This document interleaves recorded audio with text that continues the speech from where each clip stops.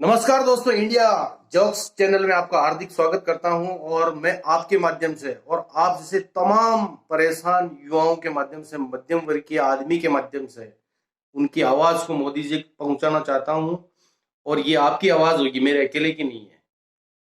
ध्यान रहे, इस चीज को आपको आगे बढ़ाना है और इतना आगे बढ़ाना कि ये वहां तक पहुंचे, क्योंकि जो वास्तव में स्थिति क्या है किसी को कुछ भी पता नहीं है। तो दोस्तों, शुरुआत करता हूं मैं। आदरणीय मोदी जी, सादर प्रणाम, नमस्कार। भारत के प्रधानमंत्री होने के नाते आपको नमन। मैं आपको यह कहना चाहता हूं कि आपसे इतनी सारी उम्मीदें थी, और क्या क्या उम्मीदें थी कि मैं एक वोटर हूं, मैंने वोट दिया, तो मैंने क्या सोच के वोट दिया था।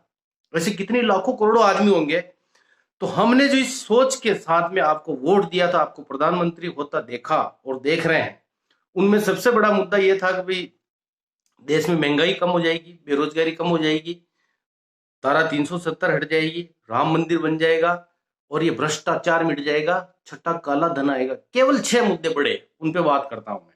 सबसे पहले आपको बहुत बहुत नमन कि आपने धारा 370 खत्म कर दी। आपने राम मंदिर का निर्माण, चाहे कोर्ट से हुआ हो, लेकिन आपका रोल है, क्योंकि आप नीम के मुहूर्त में गए थे। अब बची हुई बाकी बातें कि सबसे बड़ी रीढ़ की हड्डी टूटी थी, जो लगा नहीं था कि रीढ़ की हड्डी टूट रही है, लेकिन वास्तव में टूटी थी नोटबंदी के समय। बहुत खुश हुआ मध्यम और मध्यम से नीचे गरीब आदमी नोटबंदी के समय। उनको ये लगा था हमारे को बहुत फायदा हो जाएगा, हम बिल्कुल स्वस्थ हो जाएंगे, सुखी हो जाएंगे पैसे से, बिल्कुल आराम से, और हम परेशान नहीं होंगे। ऐसा नहीं हुआ। उसके बाद जीएसटी लगी। जीएसटी से उम्मीद थी कि नंबर 2 का जो भी पैसा आता है वो सरकार रोक लेगी, और ये कहीं ना कहीं दिखेगा। कहीं भी नहीं दिखा है, कोई हालात में चेंज नहीं हुए। अब उसके बाद कोरोना काल आ गया। कोरोना के इस मैटर के अंदर मैं आपको सही बता रहा हूं, सबसे ज्यादा अगर कोई परेशान है तो वो मध्यम वर्गीय आदमी है। मैं आपको फिर से कह रहा हूं, मध्यम वर्गीय आदमी बहुत ज्यादा परेशान है। क्योंकि जो करोड़पति है, अमीर लोग, अमीर लोगों के क्या पहले करोड़ों के फायदे होते थे, तो आधे करोड़ के मतलब आधे कम हो गए, लेकिन फायदे चालू है। किसी को 1 लाख रुपए पर डे का प्रॉफिट था, तो 50,000 रह गया। क्या रह गया? प्रॉफिट। बात करते हैं अपन सबसे नीचे वालों की। तो पहले भी वो क्या कर दाल रोटी खा रहे हैं, प्रभु के गुण गा रहे हैं, उनके लिए आपने फिर दाल रोटी का और इंतजाम कर लिया, और वो जी रहे हैं। भगवान उनको स्वस्थ रखे, सुखी रखे, क्योंकि आपकी छाया है और सब कुछ बढ़िया हो उनका। जो सबसे नीचे हैं गरीब लोग। अब बात आती है मध्यम मीडियम श्रेणी के आदमियों की। वो बेचारा सबसे ज्यादा दुखी है, तो किस्तों से है, इंस्टॉलमेंट से है।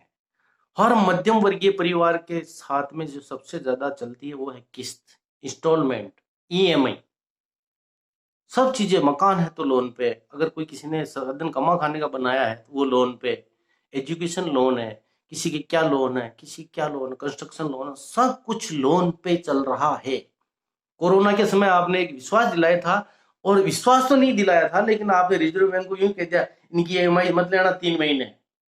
फिर 3 महीने का 3 महीने और मत लेना। अभी 7 दिन पहले रिजर्व बैंक के जो गवर्नर का स्टेटमेंट आ गया, ऐसा मॉडिटोरियम कोई कुछ नहीं है ऐसा। उनका क्या होगा? 6 महीने आगे बढ़ा दी, और वो कह रहे हैं बढ़ी नहीं।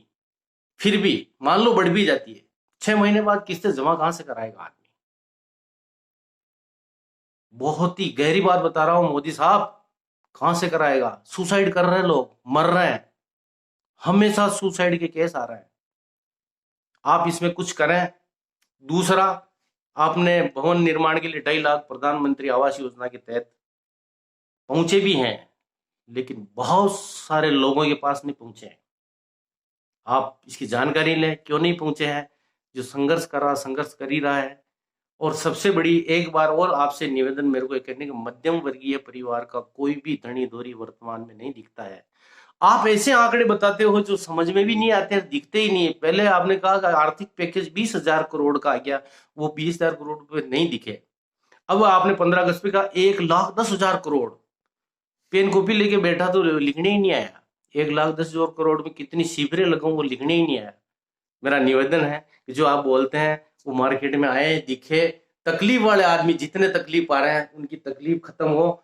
और मेरे चैनल के जितने श्रोता, सबसे मैं निवेदन करता हूं कि ये बात कम से कम 2 आदमियों तक जरूर शेयर करें। जय हिंद, जय भारत।